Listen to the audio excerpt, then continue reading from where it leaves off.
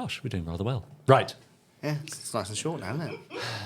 This is the surprise on his face. My God! We're actually keeping to time. The Gerry Anderson Podcast with Jamie Anderson, Richard James, and Chris Dale.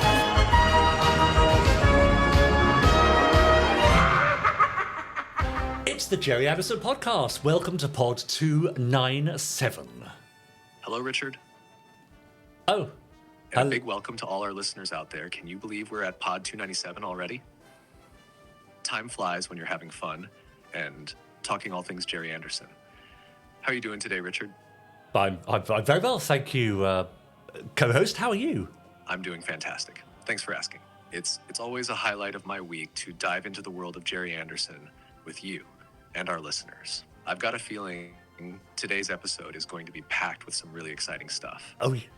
Have you got any interesting news or updates to share with us today?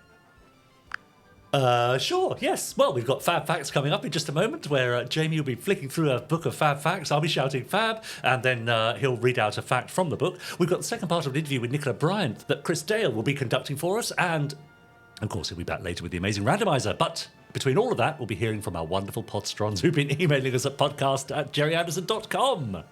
That sounds like an absolutely packed show, Richard. I'm particularly excited about the second part of the interview with Nicola Bryant. Her insights and stories are always a treat for any Gerry Anderson fan. And of course, who doesn't love Fab Facts? It's always a bit of a random adventure, isn't it? I'm ready with the book, so just say the word and we'll dive into today's random fact. And hearing from our podsterons is always a highlight. It's fantastic to connect with the community and hear their thoughts and questions. Let me just stop you there. Stop. No, I was enjoying that. I'm slightly worried. What a smooth, professional opening that was to the show. I was going to say... What a pleasure it was to work opposite that completely professional, calm, wonderful voice. As it was going, I thought, I'm going to lose my job here if I don't stop this machine. That fear that everyone's got about AI taking our jobs, it's real and justified. That's spooky, isn't it? Yeah. So I just thought I'd take the first bit of the show off there and let ChatGPT take over. Amazing. And, I tell you what, though, yeah. I really missed your kind of lack of enthusiasm and general energy.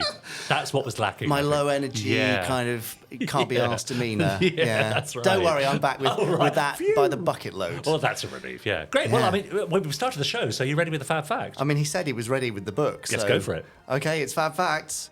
Now, time for this week's Fab Facts. Anyway, right, the robot's taking over, but not for now, anyway. No, thankfully. But then we could I think we could probably end up doing a whole podcast. That would be great, wouldn't it? Yeah. I can go back to, sit by the pool. By the pool? Yeah. Gosh, when did you have the pool put in? Well, last week. That's very smart. It's on the roof. Does it split? Of course. Do you launch Of course it does. Launch your Renault Zoe out of it? Anyway, I've got the book of Fab Facts. I'm going to flick through it. Rich will shout Fab. Just stop me flicking and I'll read the Fab Fact. AI can't do that because it hasn't got any thumbs. So, are you ready, Richard? Born ready. Here we go. Fab! Oh, good. Yeah? Right. Yes. Take that, AI. Exactly, yeah. Good luck flicking through a book.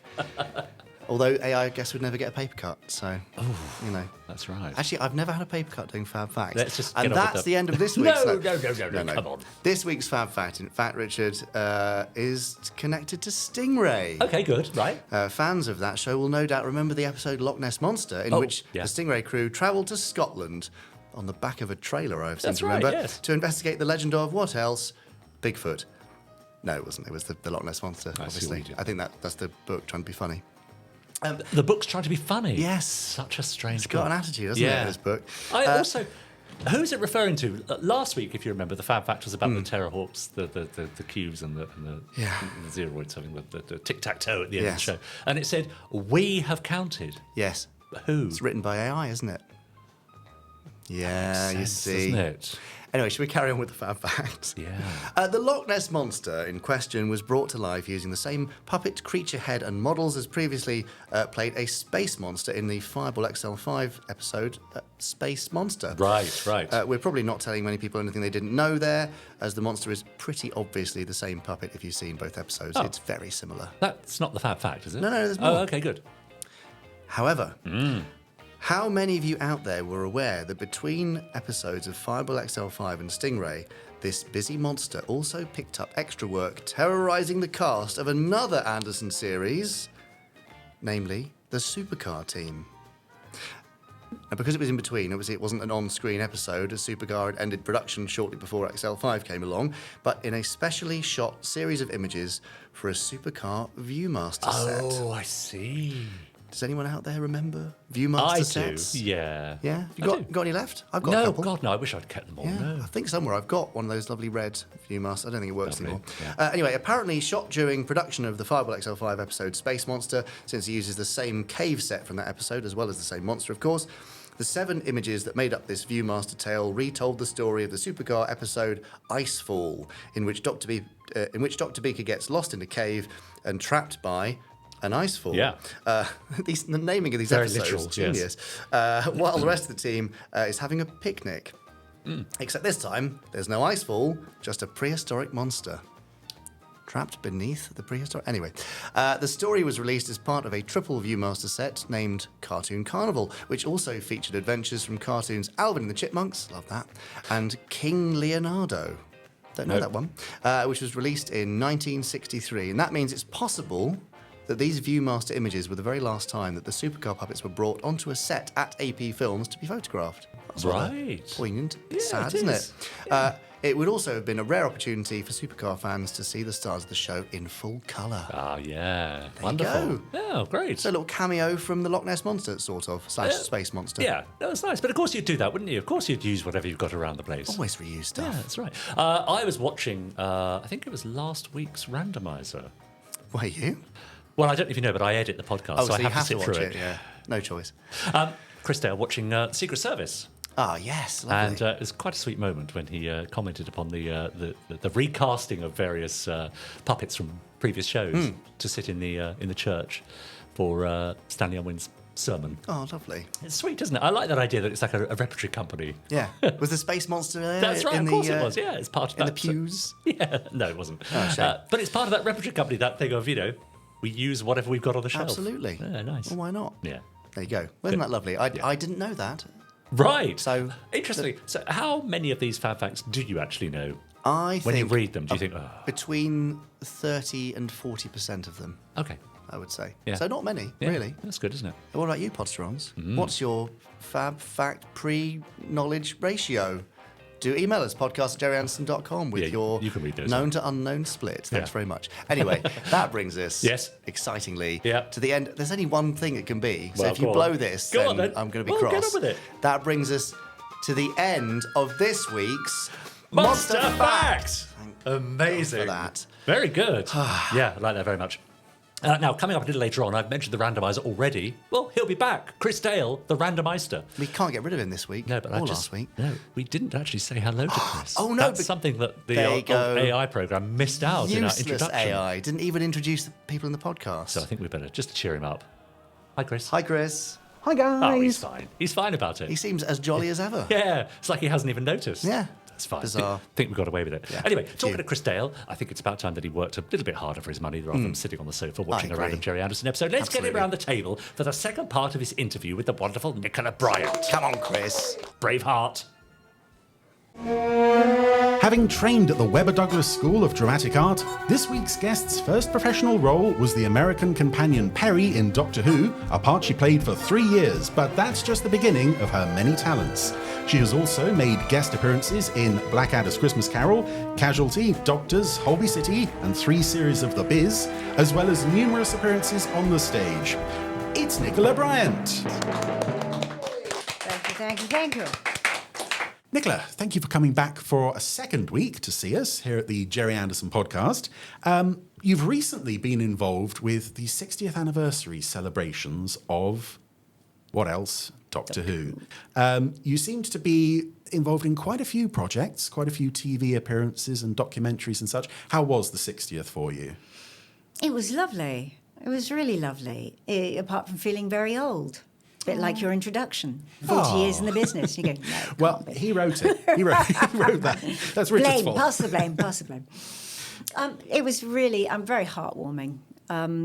So many wonderful messages from fans and so many shows interested in celebrating alongside us. You know, all the breakfast TV and special documentaries being made, and the fact that Russell thought that we should do the Tales of the TARDIS, extraordinary. Yes.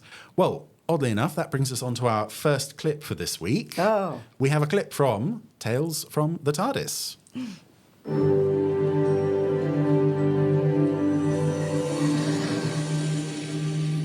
You there?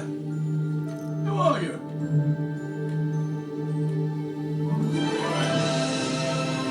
Doctor! Is that really you? After all these years?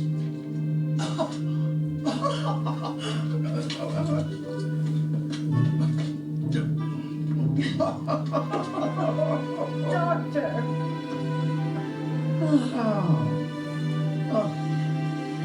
Let me look at you. The warrior queen. It's so good to see you again. You got old. And bigger. And beardier. Oh, time marches on, Perry, even for a Time Lord.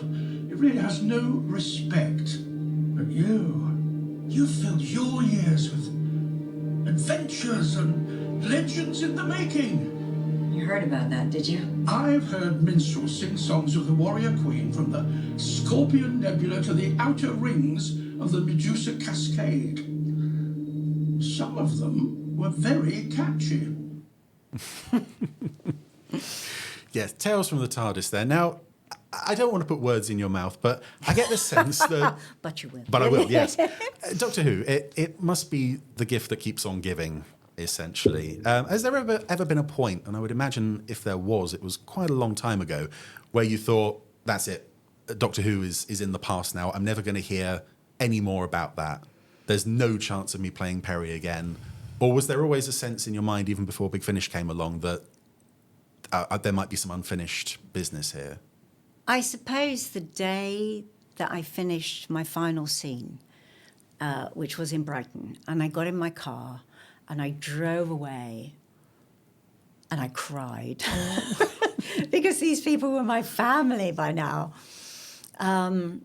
close friends. And I thought, this door is shut. Yeah. I thought, this is the end of my time in Doctor Who. I had lots of lovely things to go on to, but it was like, goodbye, Doctor Who, and thank you for being so wonderful, and I'll miss you. And I could not face watching the show. No. I did not want to watch it, straight after I'd left, because that was just Too like raw. watching someone else eat the box of chocolates. Yeah. It was just not something I wanted to do. But then along comes Big Finish. Yes, which was not long after. No. And then we have the new series. There's suddenly a massive new interest in the show. And of course, Perry's fate in the TV show was somewhat open-ended and has become, it's sort of spun off in different directions. There are multiple Perrys in multiple stories. We've seen one of them there. How do you feel to hold that sort of slightly, even though everyone else, all the other previous assistants have gone on to make return appearances and such, your character in particular has almost got this sort of pretzel of a timeline and a future? Yes, I think I kind of liked the fact, I really liked the ending. I liked her just dying horribly, because I like horrible things. I like the drama. So from a purely selfish actor's point of view, I wanted to play what was, possibly one of the most dramatic exits a companion's ever had. Yes. So, and I got to do the acting. It wasn't just like being shot or being blown up. I got to go through this horrible mind transplant. And the voice, your own voice. The voice, yes, exactly. It's a horribly unpleasant scene, and then it's all sort of... And then I'm gone. Yeah. That's it. Perry's dead. Move on. Her shell is being used. And the poor girl who I think she had a pretty rough time. She did, as a companion. Yeah, all the way along. So you almost think like poor girl's out of her misery. But then, the Big Finish storylines creating these multiple Perrys, and I thought, gosh, it all made so sense, and that's the brilliance of Big Finish. Yeah. It's not we've just tacked this on. Everything was solidly thought through. And I thought, yes, the Time Lords would go back and try and mend this, and then it wasn't right, and then it wasn't right, and then it wasn't right. And there is something terribly tragic in that very sort of, in a very old-fashioned sense, those tragic heroines who struggle on, but nothing ever seems to go right for them. No, it fits the sort of mentality of the Doctor Who universe at that time, that the Doctor is the last lone good guy in a universe full of very naughty people. Yes. So you're referring to there, I think it's Perry and the Piscon Paradox. That's exactly, one of my favourite pieces of Big Finish of all time. Yeah. Just not only for the performance, Yes. but for the fantastic writing and the ideas behind it. Exactly. And then in Widow's Assassin, where we discover how the Doctor had come back and we find out what had happened to her, their relationship, which is lovely too. But what I was particularly liked is that in the Tales of the TARDIS, they insisted, it was written in the script, that I had to say I'd been back to Earth, which means I was alive, and this wasn't just a mirage. And available for future appearances. I guess so, yes. But, I don't like to laden that on there with expectation. I was just really glad to be doing what we did. Yeah, it's a lovely scene. Yeah, I really enjoyed that. So we're going to play you now another clip. This time we're going back to the Anderson universe for one of your favourite scenes from Thunderbirds, which I believe is also a favourite scene of quite a few people. Let's have a look.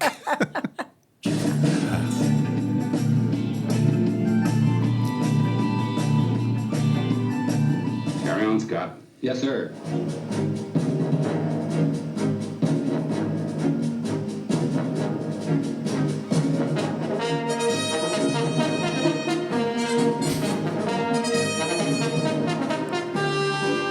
Look at his balance. I know. It's amazing. It's a sheer drop. Okay, Gordon.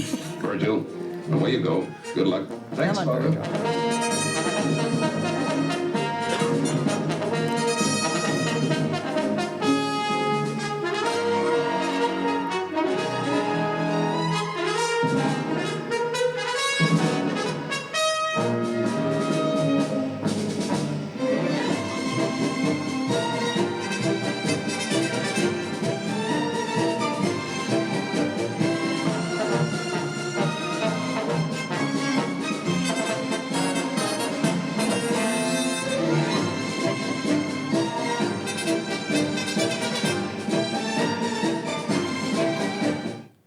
Yes, unfortunately, we don't have time to play the full launch sequence because we'd be here for about 10 minutes. The launches of Thunderbirds 1 and 2 are often imitated, sometimes copied, but never bettered. Absolutely. There's such drama, and even though you see that sequence every week pretty much in Thunderbirds, you still look forward to it. You don't want it to be missed. No. And now I just admire how neither of them were vertiginous in their nature. It was just like standing there on a thing, Yeah, over a sheer drop. Just this is fine. Oh, yeah. They're so confident. I mean, these macho pilots. I don't know if anyone's ever tried to set up a slide like that in real life. But goodness. Yes, I'm not sure I would enjoy that. No, going down that way, no. particularly.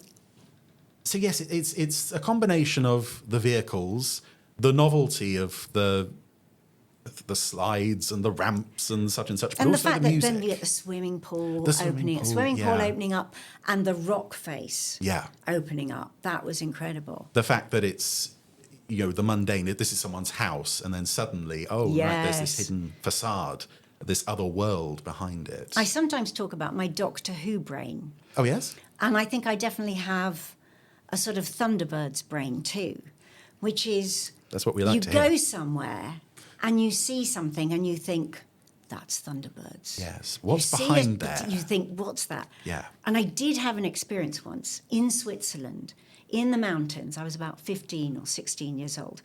And I was in an area, Montana Cron, and I was doing this long walk. I'd walked for hours, and there was nobody else about. And I walked around this bend, high up in the mountains, and a rock face opened up. Oh. Right. And I thought at this point someone was probably going to shoot me. Yes. Because I was probably watching something that was not supposed to for be your seen. eyes. Yes. And a rock face opened up and a plane came out. And I thought, wow.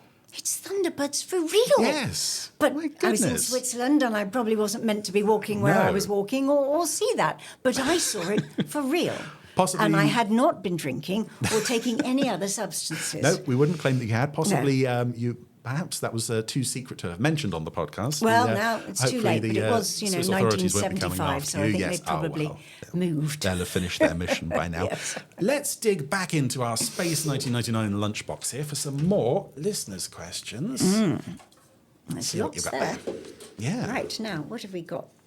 Paul Hyder. Oh, What is your proudest acting achievement outside the Doctor Who universe and why? oh, that's quite a question. Oh, it is.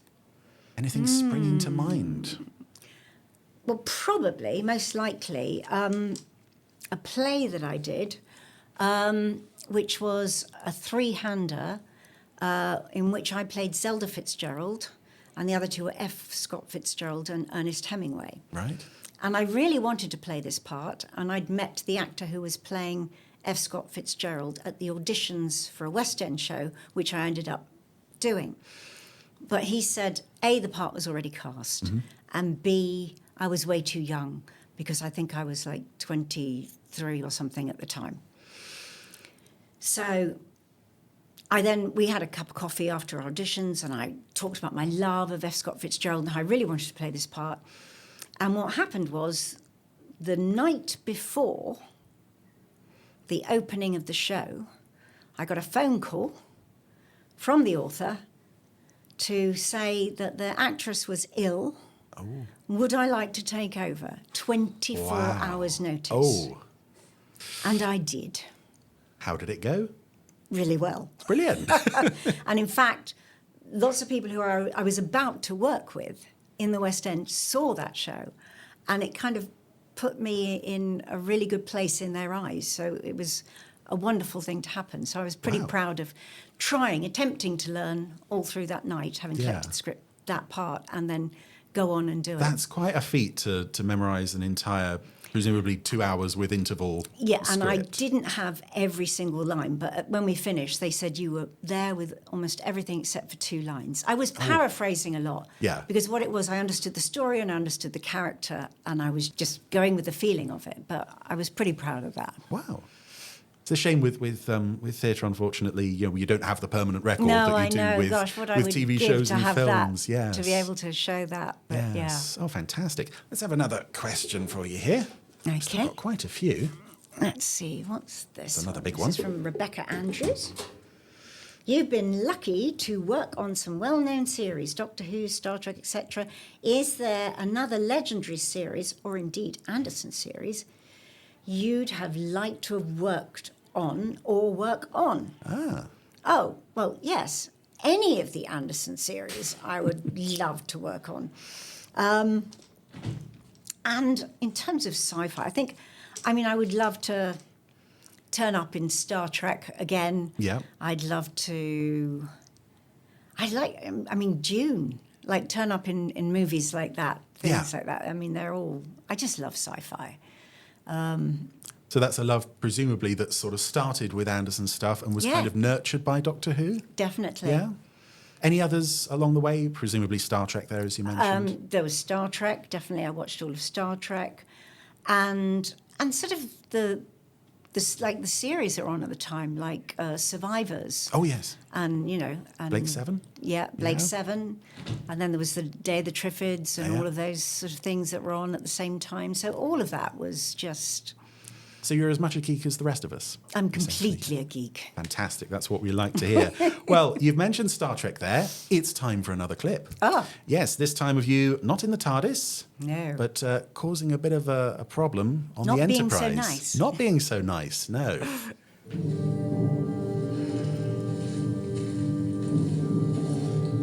Why do you suppose the preservers erected a barrier around our galaxy? Why? Hell, probably to contain us. To keep violence from spilling into the universe. No. It was so that naturally superior individuals could be uplifted once we had the technology to venture into the stars. You don't know what gods think. Yes, I do.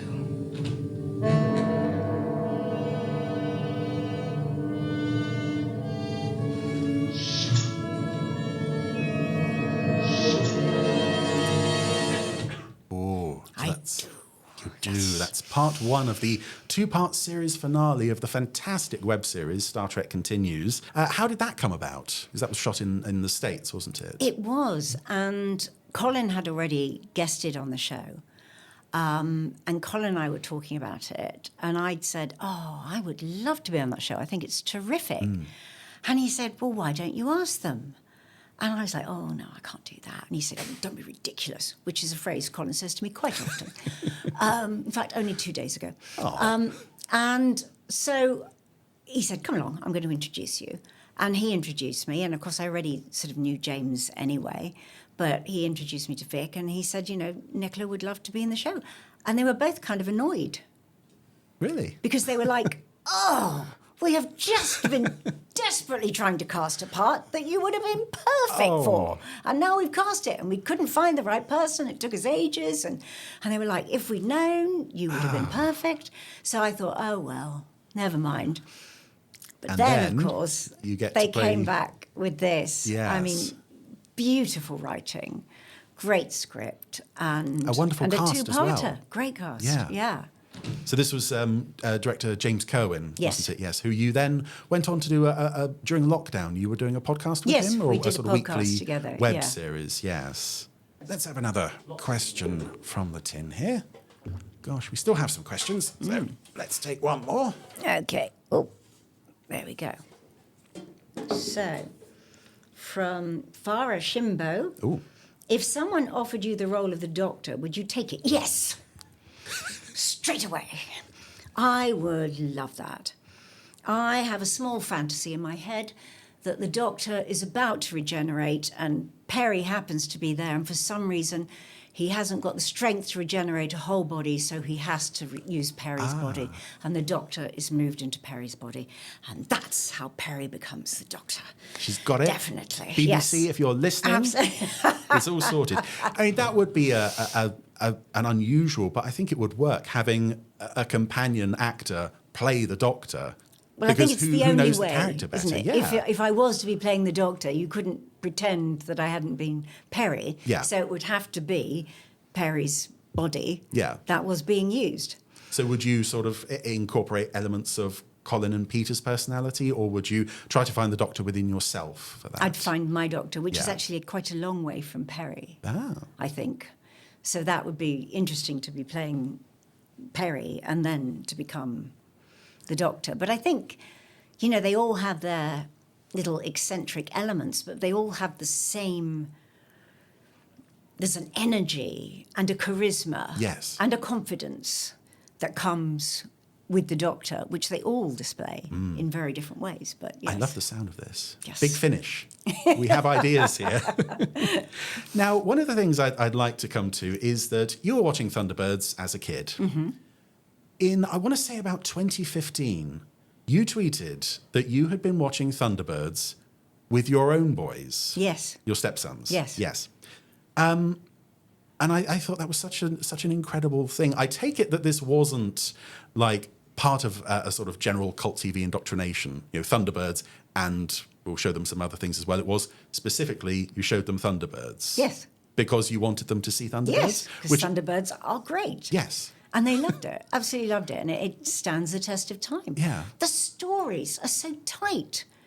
I mean, actually, now you look at how well they're written, they're very American. It totally reads as great American television. Yeah. Not like how slow and pedantic so much. I mean, to be fair, if you compare Doctor Who to Thunderbirds of that time and the way the stories were, I mean, Thunderbirds, their stories have got far more pace. Yes. And energy, you know.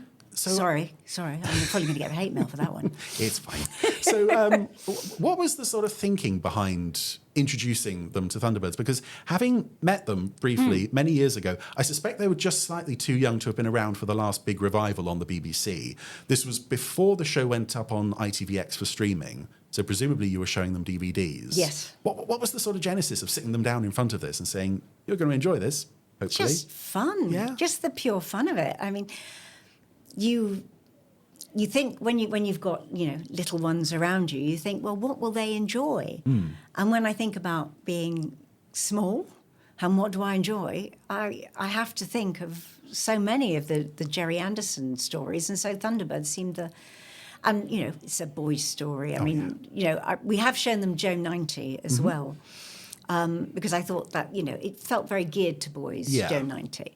But they love Thunderbirds. They thoroughly enjoyed it. And I found myself watching and wanting to watch the whole episode. It wasn't that thing where as a parent you sit the child down in front of it and then you go off and make dinner and do something. I just you just want to watch one and then the next and the next and the next and the next, and you don't. And those first stories are tremendous. That first season is incredible. I remember falling in love with not in that sense, although I was in love with it, but falling in love with so many of the characters. I remember the one where they're on the sort of, they're building a road. Yep. And my father was involved in not in building, he was in central heating and air conditioning, but it meant lots of building sites. And I visited lots of building sites as a child with with the hat. Oh, yeah. And so I was immediately there and I was going, and my dad watched that one with me and he was going, oh. And he was saying all these things about never cut corners, never take risks. He was doing all the dad stuff. And I was going, he's not a bad man, but it's that you got engrossed in these characters, even the ones that weren't the regulars, the new ones. That's part of the charm and the magic of Thunderbirds, is making you care about these people before they're thrown in danger. So when you're watching that episode, the road construction, with your own boys, you've got that memory of watching it with your father. Yes. That's something pretty darn special. It's very special, especially as my father left a long, long time ago. He's been gone over half my life. So... yeah, and presumably there were lots of other sort of memories like that as you were watching the show.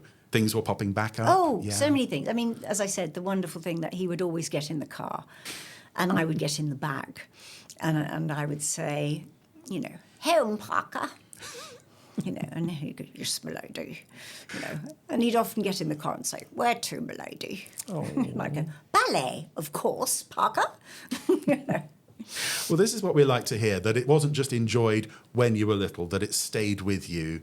And the fact that you've introduced it to your own kids, you've kept the love of Thunderbirds going and passed it on to the next generation is something pretty special. We also inflicted it on my mother in terms of the food. So if things would arrive that we liked, we'd say FAB, and so we'd use little phrases from it all. And if we were waiting for food, we go da da dum da da da dum. Dinner. It would be everywhere. It was so, and the theme tunes, and I would sing the Marina one. Oh yes. And the way that Troy looked at Marina when she's on the beach, was the way that my dad looked at my mum. Oh. Because they were very in love, my parents, which was wonderful to behold. And those are the kinds of memories that you can't relive, so it's wonderful to have those associations with these fantastic shows. That's lovely. So any current projects in the works? We do have a clip that we'd like to play from, I want to say this was it last year? A short horror film called The Wilds. Oh, yes. Let's have a look at that. I find myself rather in need of a handyman. Not that you're a man, of course, darling. Yeah, I can't. I'm swamped. I'll pay, obviously. Double. I'll flip it. Triple. Maybe next month if I'm... That won't really do. Well, I haven't got the car. You can get a doobie. Uber. But today. Has to be today. Sort of now, really. What's the job?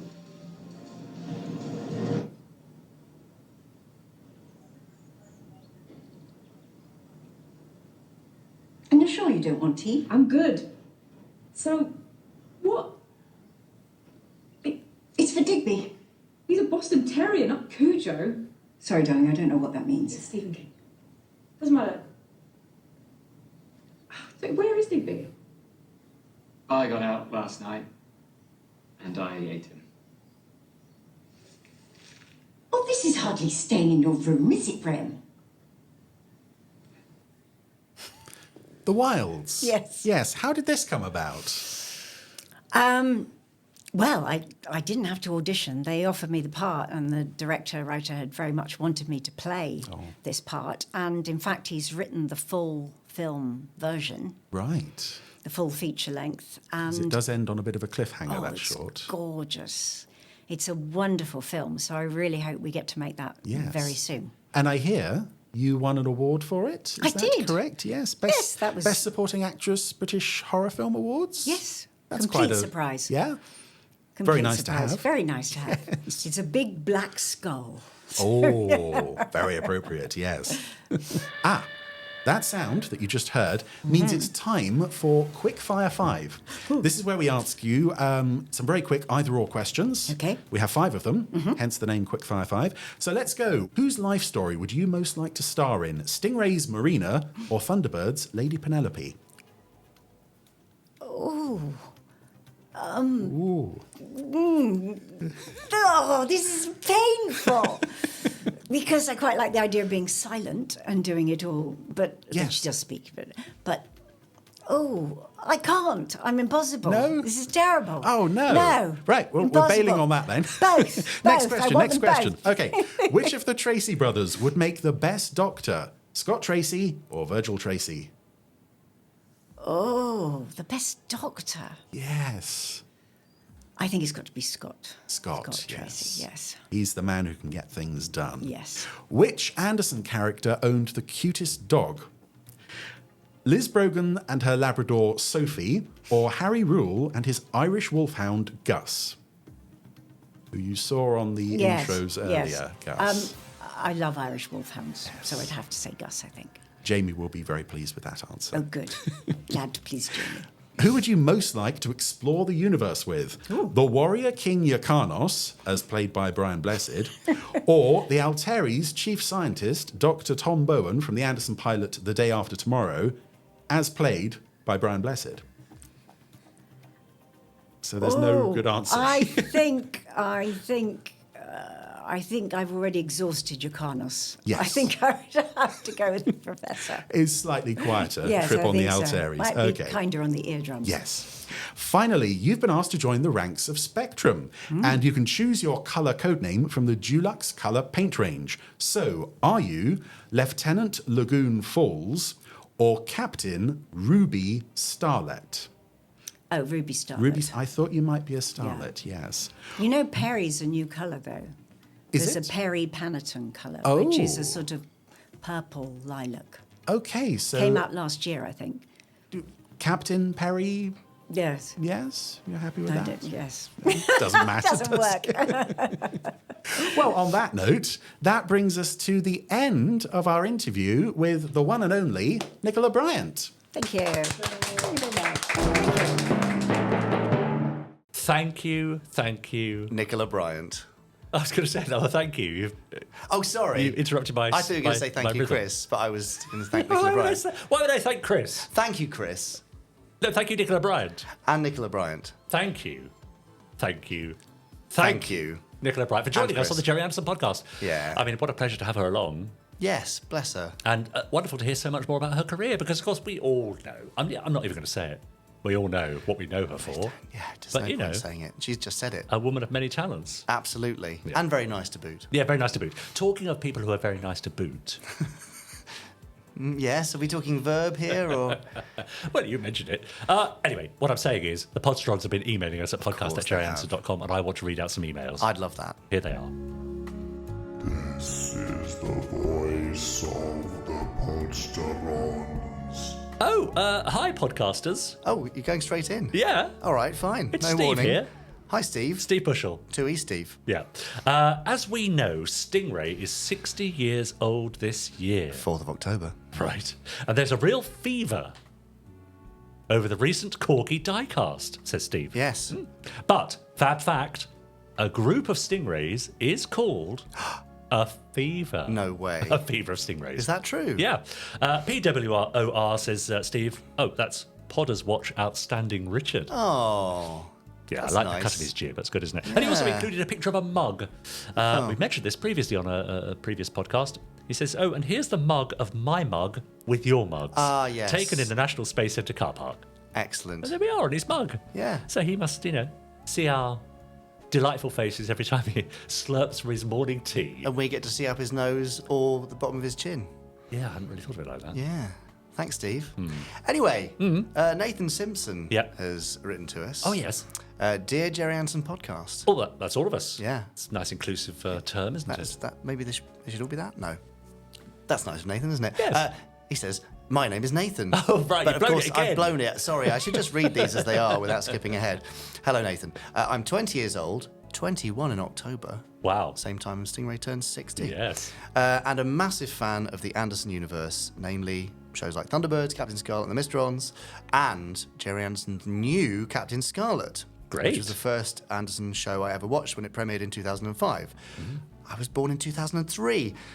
That must be like the first memory of your life. Amazing. That's amazing. Yeah. I also watched Terrorhawks and the rest. Yeah. I have a bit of I thought I said complaint, but don't worry. I have a bit of a compliment. Phew, thank goodness. To give about one of my favourite Gerry Anderson shows, that being Super Mario Nation production number 3. Well, that's debatable. 1962's Fireball XL5. Why is it debatable? Well, because I think they only introduced the term Super Mario Nation in Supercar. Interesting. So it would be the second, technically. Okay. I think. Yeah. But if you want to include Four Feather Falls, Yeah. it's fine, isn't it? Yeah, of course it is. We don't mind. We know what he means. Yeah. Nobody's going to go to prison over it. Probably. I have been watching the recent reruns of the show on Talking Pictures TV. Oh, yeah. Being a fan of all the old school TV shows from years before I was even born, I have to say, for 1962, the puppetry, music from Anderson legend Barry Gray and, of course, Don Spencer, the voice acting, the special effects, courtesy of Thunderbird legend Derek Meddings, all still holds up 6 decades after the show was first shown on ATV in the Midlands. Yeah. I'm that big a Fireball fan that I even own the complete series on DVD. How wonderful. The network release, not the Carlton one. Oh, sure. Fair enough. Very sensible. Yeah. Yours sincerely, Nathan Simpson. Nathan, Well thank done, you. Nathan. I hope you're spreading the word about your love for Well, he things is. He's Anderson. just done it by writing in and us reading it. Yeah, but I mean among his own contemporaries yeah, and friends. yeah. Nathan, are your friends watching this? You should try and get them to do that. But Yeah. I love a 20-year-old watching Fireball XL5. That's Isn't incredible. that cool? Absolutely, yeah. Amazing stuff. Greetings, Richard, Jamie and Chris. Hello. Long-time Podsteron. First time I've written in. Oh, we love first-time Wow. writers. I Yeah. guess Nathan was as well. We're doing quite well for first-timers today. I used to love Night Network and would often stay up late to watch it growing up.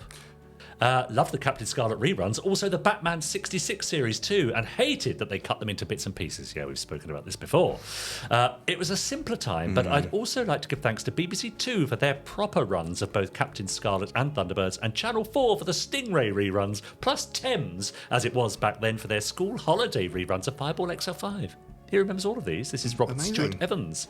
I also have fond memories of Space Precinct on BBC Two and Sky. Watch them both. Yeah, that's right. Keep up the great work, and as always, keep the frequency clear, and I'll stay on this channel. Agreed. Kindest regards, Robert Stewart Evans, a.k.a. Mr. Showbiz. Mr. Showbiz. Yeah. I thought that was your nickname. Yeah, it is a bit in some circles. But for now, Yeah. Robert, you can keep that title. Well done, Robert. Very That's nice. lovely. Yeah, great. How lovely to have that, such a clear memory of where and when you saw these shows. That's really nice, isn't it? Yeah. But look, just so many on so many different channels. Yeah. So many channels to thank. Yeah. Have you done this on purpose so that I have to read this? Yes, I thought I'd save the best for you. Brilliant. Hello, Richie Rich, Jim Jims and Chrissy. Stimpy Clips 24 here. Oh, yes. Hello. I am righty scribbly this emailery in the unwineasy ho, what with it being the 55th anniversary load of the Secret Survey Most. Oh, yes. With that in mend, I'd like you to ask Christy Gold something. All right. Is he there? Yes, he is. Good, good. Now, in the secreties of the Seekring serving bowl that Matt's cover names is Adam, but that is bits of bothery ho for me, so I'd like to know is Matty's full name Matthew Adam Harding Goodly Byload? Right. Chris? Over to you. I have no idea. He has no idea. What's he even here for, doing then? Shruggery Most there. Yeah. So thanks. Adam in the comic, but it's Matthew in the series. Adam in the comic, Matthew in the series. Right, okay. So, yeah, let's... I think he was probably, I don't know, maybe he was meant to be called Adam originally. Maybe Adam originally, and they changed it. Yeah. Great. Cool. Yes, or middle name as Simpsons Clips is alluding to. So Yeah. Matthew Adam Harding, or it's just a mistake. There Well we go. done. Well spotted, though. Yeah, Very good. and thank you so much for the unwinees there. Yeah, you did that so well. It was very easy. Well done. I found it a great joy. Excellent. Now, we've seen him on the sofa, we've seen him around the table, we've even heard him offering his opinions off air, but... I mean, this could be anyone. It's time to join him on the Randomiser sofa for this week's Randomiser. Oh, it must be Chris Dale. It must be. Over to you, Chris. Nicola, welcome back to the Gerry Anderson podcast and indeed the Randomiser sofa. Oh, yes. Where magic happened last week as you picked one of my favourite Terrorhawks episodes. Mm-hmm. How do you think you're going to do this week when you press the button again? I don't know. Maybe I'm going to get one of my extra special favourite episodes. Do you have an extra favourite episode? No. No? But okay. It might be just that one that appears, instantly becomes. You never know. Yes. One way to find out. Okay. Press the button whenever you're ready.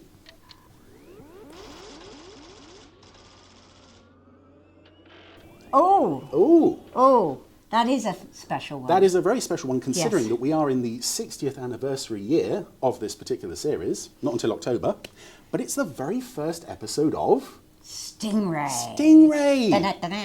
Stingray. We need to get her at the next concert singing the theme tune. She's brilliant. Thank you very much. You're welcome. So, how appropriate that in the 60th anniversary year of Stingray, we get the very first episode of the show coming up on the Randomiser. Did somebody say Stingray? Oh, hang on. Stingray. Hello, this has been Hello. hijacked. Hello. Look, Who are you? somebody said Stingray, It's Stingray, and I appeared. He's got it. This is former podcast producer Ben Page. Hello. Hello, yes. You're very welcome to join us here for Stingray. I notice you already have joined us for Stingray. I'm very excited to join you for Stingray. Yes, I can tell you've got your What a delight, what a joy. Yes. So, where does Stingray rank in your Anderson fondness, shall we say? Very high. Very high, yeah, yes. top 3 for sure. Top 3, wow. Absolutely, yeah. Really wonderful show. When would you have first seen this? I would have seen this from the American DVDs. Ah. So maybe around 2005. Right. And it was shortly after I discovered Thunderbirds. Ah. So it was straight from Thunderbirds into Stingray. It is interesting how many people go from Thunderbirds to Stingray. And it's just before such a going on lovely, elsewhere. such a lovely show. Yes. And it's a very strong introductory episode, this Yes. first one, I think. I love the mystery in the underwater world. Yes. It's one of those rare times that this show actually feels like, oh, there's an element of danger here. Yes. And here's these 3 guys at World Security Patrol headquarters. Rarely seen again. Well, no, quite frequently seen again, but rarely do they keep the same voices. Ah. I think in a moment, one of those guys that was talking is going to be talking in a completely different voice. Here we go, possibly. I decided to change my voice, see? See, they're quite interchangeable, aren't they? Yeah, I think in a later episode he's French. No. Yes, Pink Ice, I'm pretty sure he's French. I don't know why they kept changing the voices of those characters, except for the fact that they are so generic, such nothing of characters that the voice actors probably didn't remember them. Yeah. I love the introduction of Troy looking in the fish tank. As opposed to Phones, Right. who's been in the gin by the look of it. It's a soda siphon and quite a few bottles there. It's a great introduction to both their characters, Yes. their approach to the underwater world. He's changed his voice as well. Okay, sir, leave it to It's, me. I don't know what's going on at World Security Patrol headquarters, but I don't think they're well. Yeah. It's amazing when you're coming from later episodes of Stingray to hear how Shore's voice Yes. evolves. And also Titans later in this sounds Yes. much deeper. The Ray Barrett evolution, yeah. as it were. I guess he just found a sort of more comfortable Yeah. level. I think Fisher as well has a sort of southern twang later on in this episode, but The iconic. That clamping in is so essential, Yes. isn't it? It's a really important moment. To, and we get some bits of the Stingray launch sequence here that we don't always see, like the tubes being taken out. Uh-huh.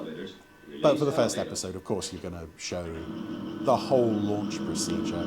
It is surprising, actually, considering how long it takes in, say, the first episode of Thunderbirds, how quickly we've come to see Stingray here. Mm-hmm. It's less than 5 minutes, I would think. Yeah, in future Lovely episodes, effect. they don't bother with this. Yeah. Acceleration rate 1. And again, the lighting just outside the cabin windows there Yes. does so much to Ocean door. Even the sort of rust and mildew on that pump algae thing and near the door. things. Yes. Yeah, it's very effective. Takes you right into the world, doesn't it? Stingray launch, stage 1 complete, sir. Approaching ocean door. This is an idea they kind of got away from, the big giant monitor screen with the light showing it. Well, this tunnel is supposedly 10 miles long. Successful matte painting. Yes. But we never see that journey from the pen through the long 10-mile tunnel.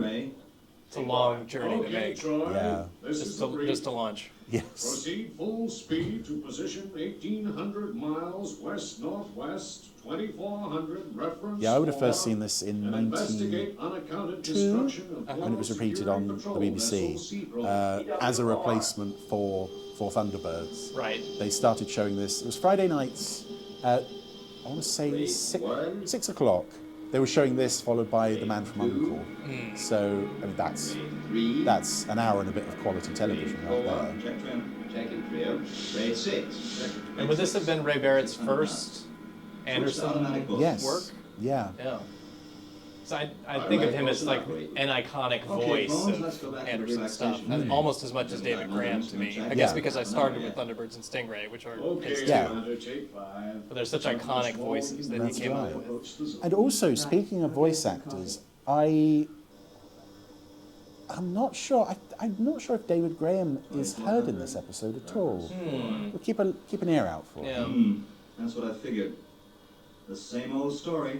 Deep waters. This first contact aspect of the story. Yes. Here we go again. I love that Phones is having none of it. No. I've got theories at the bottom of my garden. Okay, you can laugh. But someday I'm going to prove it.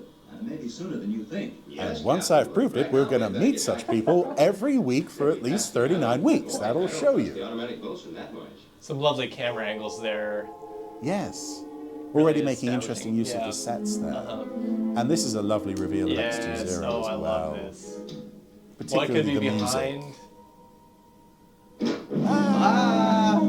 There he is.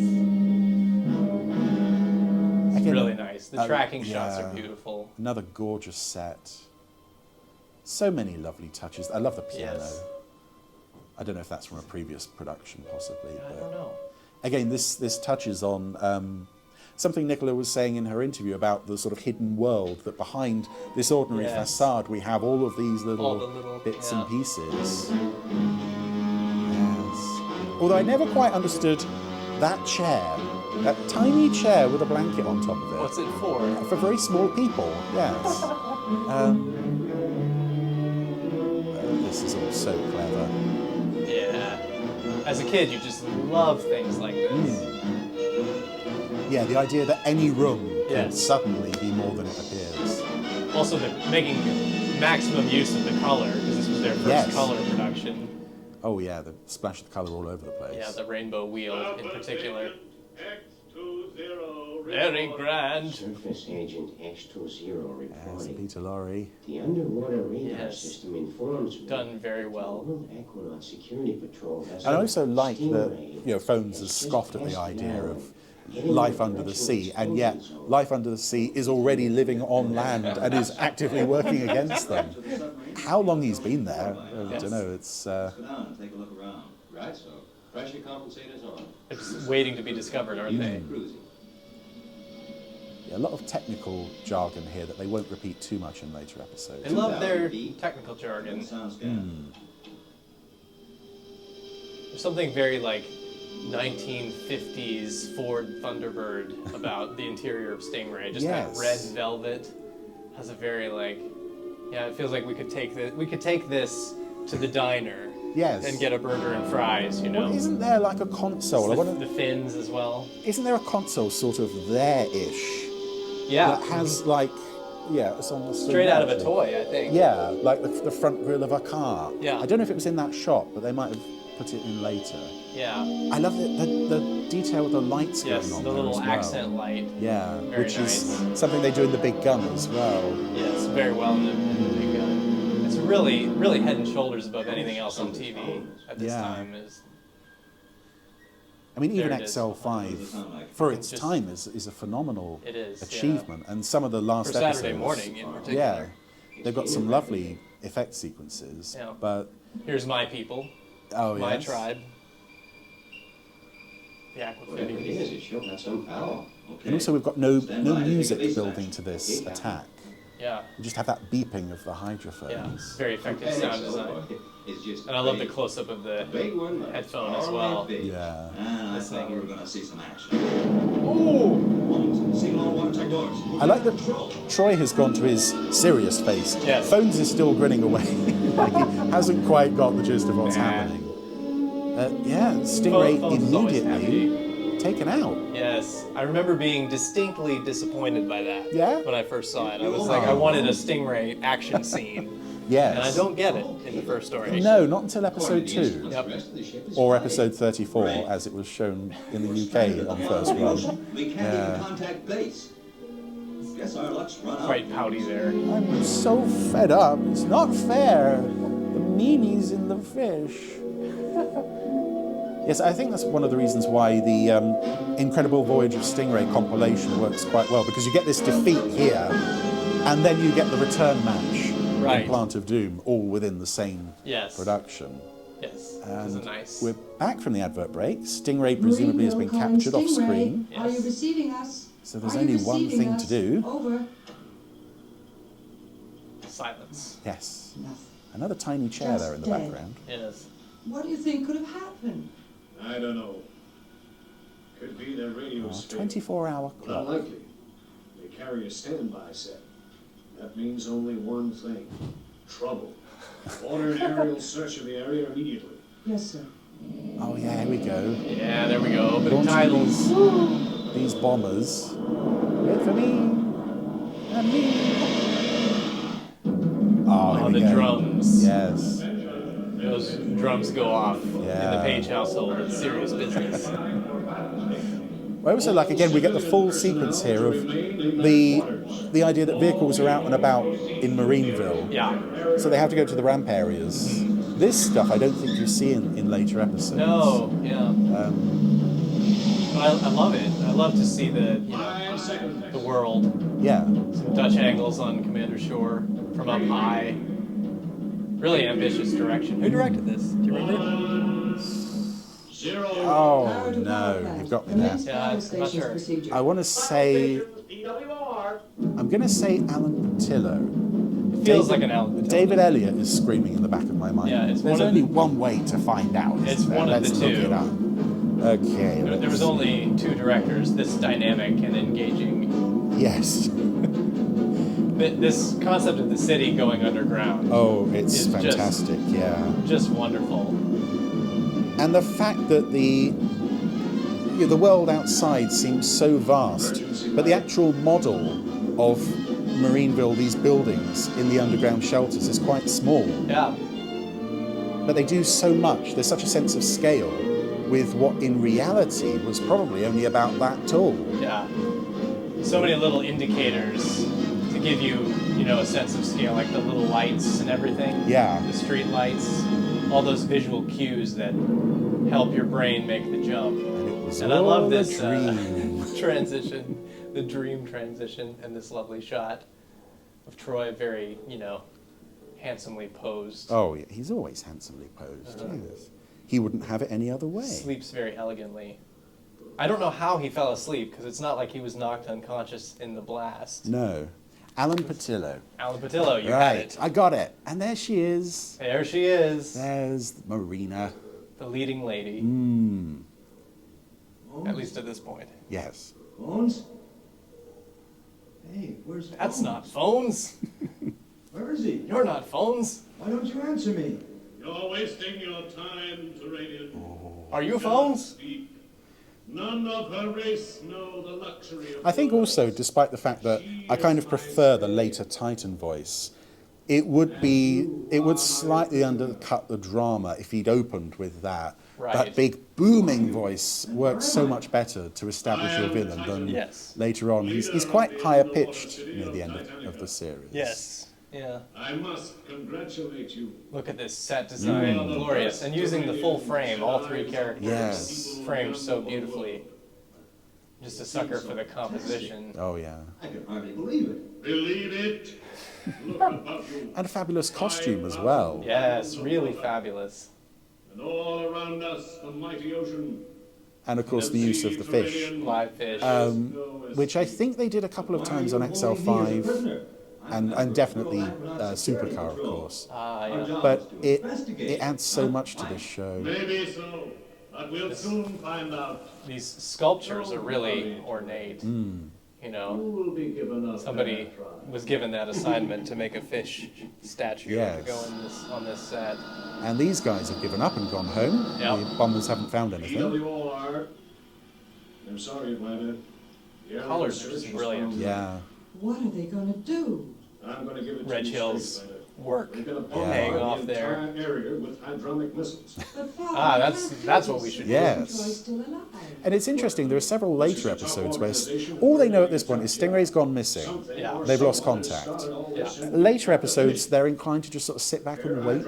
Right. Sometimes they'll send out the rescue launches, and you hear them reporting in. This time it's like, no, we'll nuke everything. Yeah, we just have to Better safe than sorry. blow the whole area to smithereens. That's the thing to do. These lovely globbles. Yeah. Again, the detail. A good gantry. Oh, yes. Launch gantry. Nothing like a good gantry. And a good underwater city. Come on now.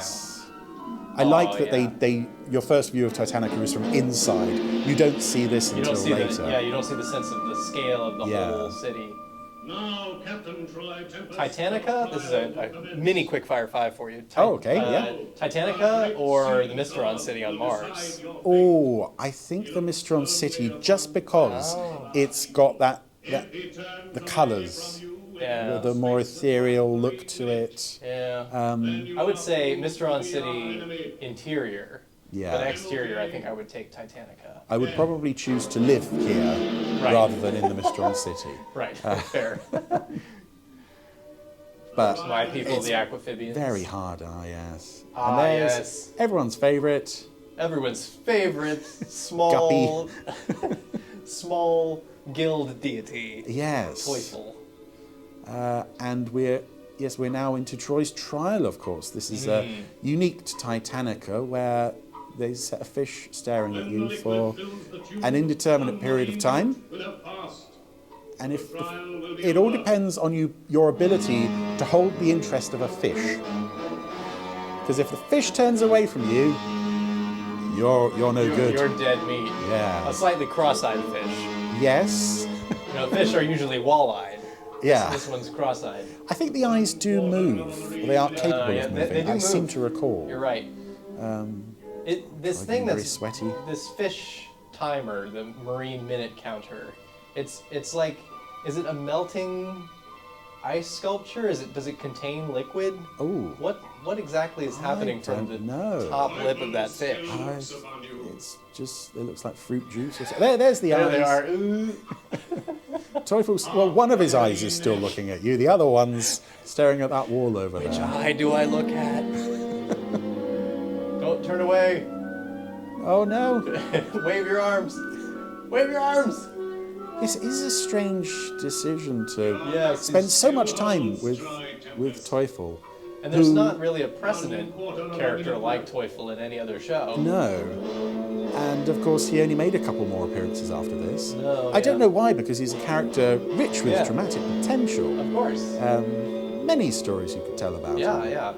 A lot of action that hijinks. Yeah. He could get up to. The day they needed to clean the tank out. Yeah, that eye movement. The hummingbird feeder. Yes. Wow. Oh, and the fish got man. bored.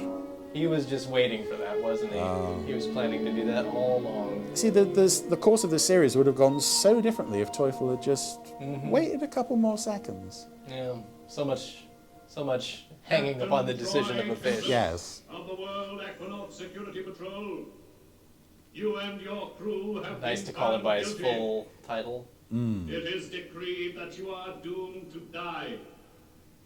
You will be taken to the underwater prison of Alcatraz. Where sentence will be carried out. The high angle looking down in the I've always Those assumed beads of sweat. that's a colourised black and white photo, because the uniform is a different colour. Yeah, I never noticed. Yeah, I'd have loved to have seen Alcatraz on the show.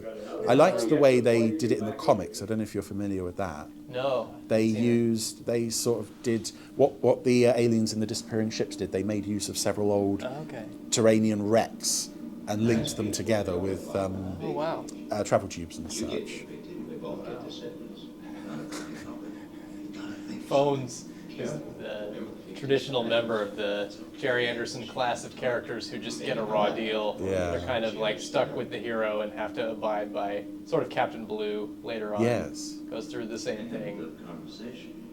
And Marina seems to be on their side. I'm not entirely sure why she's accompanying them to Alcatraz. This is so imaginative, and the way the lights come on. Yeah, absolutely, yeah. Because it's giving in your mind the image of a puppet flicking a light switch, which of course it wouldn't be able to do. We're coming up on a section that you've very successfully used I for comedic purposes. I love their bottoms. I know that's such a silly thing to say, but I love their little bottoms. I mean, that's why I sought out the role in all the Anderson Entertainment Stingray audios, is because I have a sort of aquamphibian bottom, and I wanted to, He's right, yeah, he does. It's true. She's untying me. What's the action? What are you doing? Nothing. It's not even a stage whisper, it's just a husky. Okay. I'm It keeping sort my of eye fell on back you. into position, didn't he? Yeah. And now, is David Graham about to do an aquamphibian voice? I know Robert Easton is one of them. Yeah. I'm still Let's not... have a listen. Now listen carefully. Marina modeled on Ursula Andress, I believe? Possibly.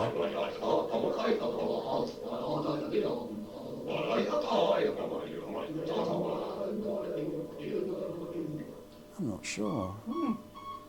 One of them's definitely Robert Easton. He might have done both of them there. Even those giant spherical windows would Yeah. have been quite tricky to achieve back in 1963.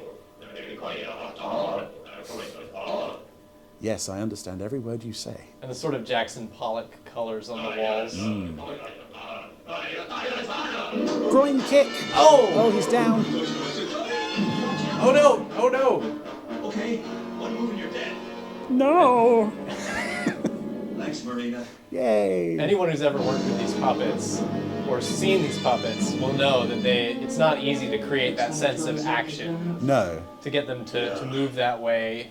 So it's a real tribute to their work Yeah. ethic and their commitment to To the make craft. some kind of action scene, Yeah. some kind of fight scene there. Oh, we have a lieutenant over here. Yes. And a soft spot for the lieutenant. Yes.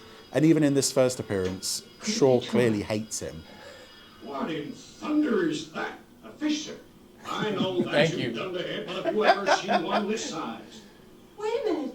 The fins. Commander They Zero are vibes. moving. It's Yes. mechanical. Say you're right. Launch underwater interceptors. Atlanta's very quick. Gotta blow something up today. If I don't blow something up, it's gonna give me indigestion. 10 seconds to launch. There's a slight southern 9, sound to Fisher's voice there. 7, It's towing. 6, Whoosh. 5. Whoosh. There you go. Yes, you can get some great speed on that thing. It's Stingray. Hold the interceptors. Obviously, that means everything's fine. Contact central control. Immediately. Tell them I've to never hold heard the of the story of the Trojan horse. I don't intend to look it up now. And we haven't mentioned there Lois Maxwell is lovely Oh, throughout she's the series, wonderful. but yeah. Yeah, really brilliant. Wow, it's so much packed into such a short amount of time. And I do love this scene because it sets up the format of the series. This is what we are going to get going forward. What Shaw says here. At least we know now what we're up against. Whole races of people living under the sea. Some bad, and I guess some good. Some to help, some to fight. That's the premise of the series. You And managed to fix a line to Stingray without your underwater equipment. Well, that's the. And always nice one to see part them the out of story uniform I haven't told in you about. day-to-day life. yes, Ah, there she is. Lieutenant, A rival for affection. Yeah. Now, I'm never clear on if this is before they've had dinner or after. If it's after, Troy's been a bit mean, leaving Marina out in the room while they eat. Possibly she did the cooking. There's some mixed signals on the table as well. Yes. Well, is that a ham and a huge bowl of fruit? Yeah. Empty glasses. Yes. Well, there we go. Yes. That set up everything for the 38 and a bit episodes to come. And I always love coming back to the first episode of Stingray. It's beautiful stuff. Solid classic. Yeah. And very, very brisk. There's not much fat on it. No. It does such a great job of establishing the whole world, with, as you say, some very nice directorial touches. Just everyone working at the top of their game. And of course, yes, you have the toy. Yes, I've got one of these as well, but again, the top of the periscope is snapped off. Ah, yes.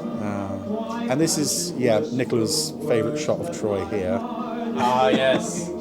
I do love that nice. shot. Again, there's so much going on in that shot. The bowl of fruit is there in the picnic basket. The traveling bowl of fruit. Yes. And all of this stuff they would have shot specifically for the end credits. Well, I think that was shot on the end of on the set of Treasure Down Below when they're having their meal. I suspect this next shot might have been as well. That photo she was looking at of Troy was black and white. Yeah. Yeah, a lot of this would be shot for the end credits. Yeah. Well, thank you very much for joining me unexpectedly for the so glad first to episode join. of Stingray. Don't tell Richard and Jamie I was here. Oh, no. I never tell anybody. They're not going to watch this anyway. They're not going to watch this. They never do. Stingray. PWR. Yay. Stingray. Yeah, No. That's right. First episode of Stingray, though. Yes. That's interesting, isn't it? Does it feel like Is first it interesting episode? when it's random? That just could be anything, anytime. Yeah. It's just nice that it's Stingray, isn't Yeah, it? it's true, yeah. Really? That's right. Yeah. Well done, Chris. Yeah, Very well good. done. And nice of Nicola to get another chance to And press he'll be the back button. next week. He will be back next week, yes. As he is. You're trying to push things along a bit, aren't you? Oh, sorry. I just want to wrap things up, really. Yeah. What's that? Is there there's a thing. That's unusual that we are interrupted. It's a letter. No. It's really? a letter. The Moxie Is it a Style bill? Hotel. Jamie and Richard. Is it a High Court writ? Oh, it's our first letter to the Gerry Anderson podcast. So sad last week that we didn't have anything. This will cheer you up. Are you sure it's not a complaint or a Well, let's find out, shall demand? we? It's from Hugh Porter. Oh, thanks to you, our first writer-inner. Dear Jamie, Richard and Chris, I hope you're all doing well and all is well at Anderson Entertainment. Same applies to all of the Podsterons out there. Hello, says that's Hugh. a nice worldly in his greeting, letter. isn't it? It's quite long. It is quite I'm writing long. you all, I may not read it all. I'm writing you all via letter from Australia on the 2nd of January 2024. From Australia, Happy New Year.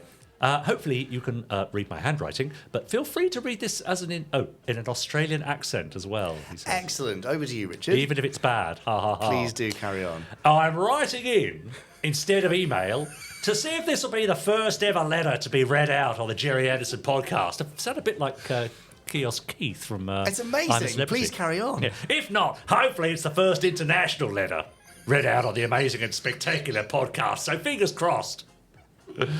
Anyway, he's got some suggestions here for his wish list, what he would like to see for this year. In the accent. Please, he says, more. In the accent. More bookazines. Accent. I love the Secret Service one. Secret Service one. It's great to have, especially if no Vault books were ever created.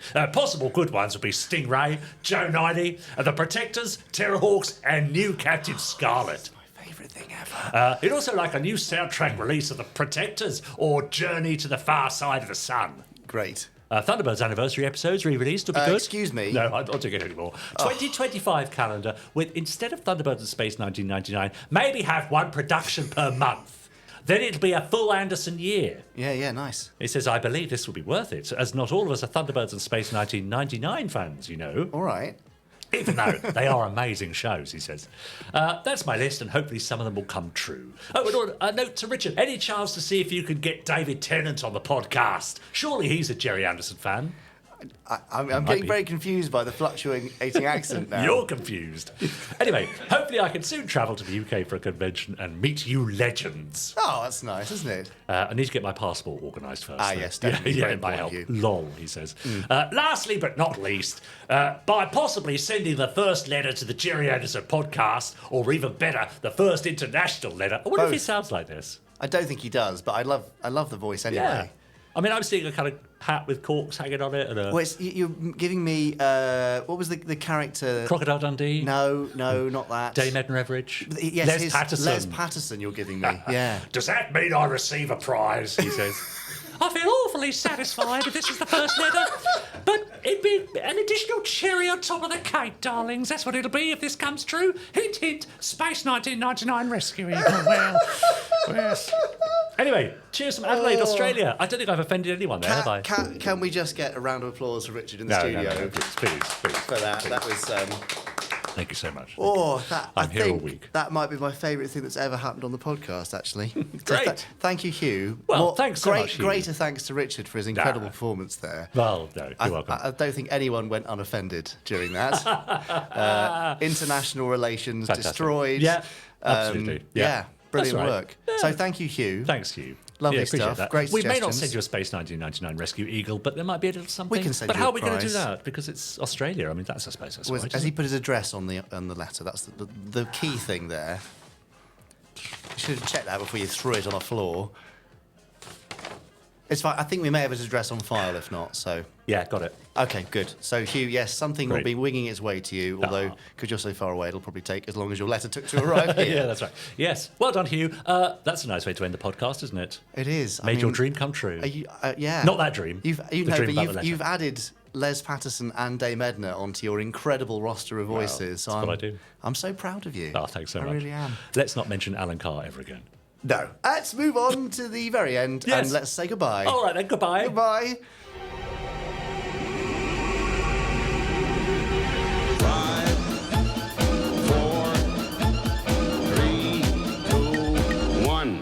Let's get started.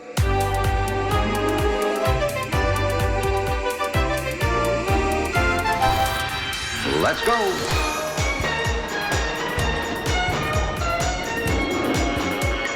Spectrum is green.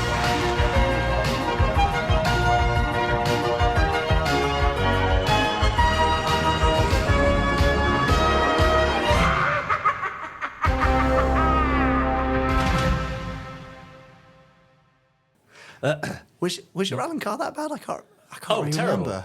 Oh yeah. Oh yeah. Awful. I've just It had was a just flashback. a brief glimpse. Never to be seen again. Yeah. Is there anyone else you've been working on? Working on? No, because I'm sure when you're at home, Yeah. and you're trying to write, and the cat gets on your lap, and you know you've got some time to sort of kill. Yeah, not really. You're trying to mimic somebody's voice now. Well, I just default to the old Wogan, don't I? Of course, it's the old Who doesn't default to the old Wogan when they need a voice? Yeah. Well, you could. No, I'm not going to. No, we're not going to do this. I was going to talk about recreating a Wogan and Edna. Oh, an interview. Not I'll now. work on that. No, sure. For a future I'll get back to you on occasion. that. Probably not though. No. Right. Okay. Bye. That was fun. Bye. Ah, the old Wogan here.